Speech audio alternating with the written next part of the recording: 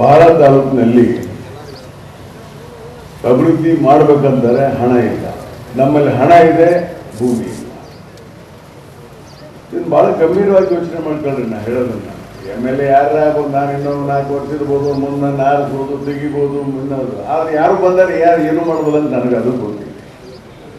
ಅಷ್ಟು ಸುಲಭ ಕೆಲಸ ಅಲ್ಲ ಇದು. ಬಂದವರೆಲ್ಲರೂ ಮಾಡೋಕ್ಕಾಗಿದ್ದು ಎಲ್ಲ ತಾಲೂಕಿನಾಗ ಕೆಲಸನೇ ಇರ್ತಿತ್ತು. ಆದರೆ ಒಂದು ಚಾಲೆಂಜ್ ತಗೊಂಡು ಮಾಡ್ಬೋದು, ಬದ್ಧತೆ ಬೇಕು. ಯಾರು ಮುಖ್ಯಮಂತ್ರಿ ಆದವ್ರಿಗೆ, ಮಂತ್ರಿಗಳಾದವ್ರಿಗೆ, ಶಾಸಕರಾದವ್ರಿಗೆ, ಗ್ರಾಮ ಪಂಚಾಯತಿ ಅಧ್ಯಕ್ಷದವರೆಗೆ ಬದ್ಧತೆ ಇದ್ರೆ ಕೆಲಸ ಆಗತ್ತೆ. ಇಲ್ಲ ಮಾಡಲೇಬೇಕಪ್ಪ ಇದನ್ನು ಅನ್ನೋದು ಬೇಕು.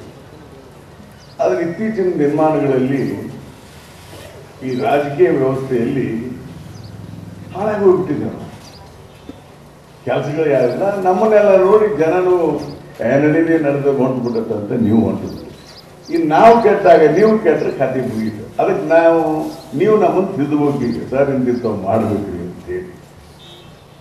ಅದಕ್ಕೆ ಭಾಳ ವಿಚಾರ ಮಾಡಿ ಕೇಳ್ರಿ. ನನಗೇನಿಲ್ಲ, 4 ವರ್ಷ ಹೋಗುತ್ತೆ, ನಾನೇನು ಮಾಡೋಕ್ಕೆ ಹೇಳಿದೆ. ಆಯ್ತಪ್ಪ, ಮುಖ್ಯಮಂತ್ರಿಗಳು ನನಗೆ ಇವತ್ತು ತಮ್ಮ ಆರ್ಥಿಕ ಸಲಹೆಗಾರನ ಇಟ್ಕೊಂಡಿದ್ರೆ ಅವ್ರಿಗೆ ದಿನನಿತ್ಯ ನಾನು ಇರೋದ್ರಿಂದ ಇವತ್ತು ಈ ಹಣ ಬರ್ತದೆ, ಬರ್ತದಿಲ್ಲ. ಇದು ಇಂಪಾಸಿಬಲ್. ಇದು ಒಂದೇ ಕೆಲಸ ಆಗಿರೋದು ಇಡೀ ರಾಜ್ಯದಲ್ಲಿ.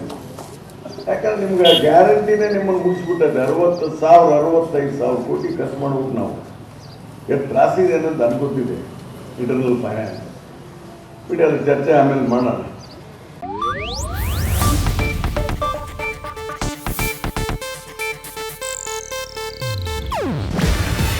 ಇದು ಏಷ್ಯಾನೆಟ್ ನ್ಯೂಸ್ ನೆಟ್ವರ್ಕ್ ಪ್ರಸ್ತುತಿ.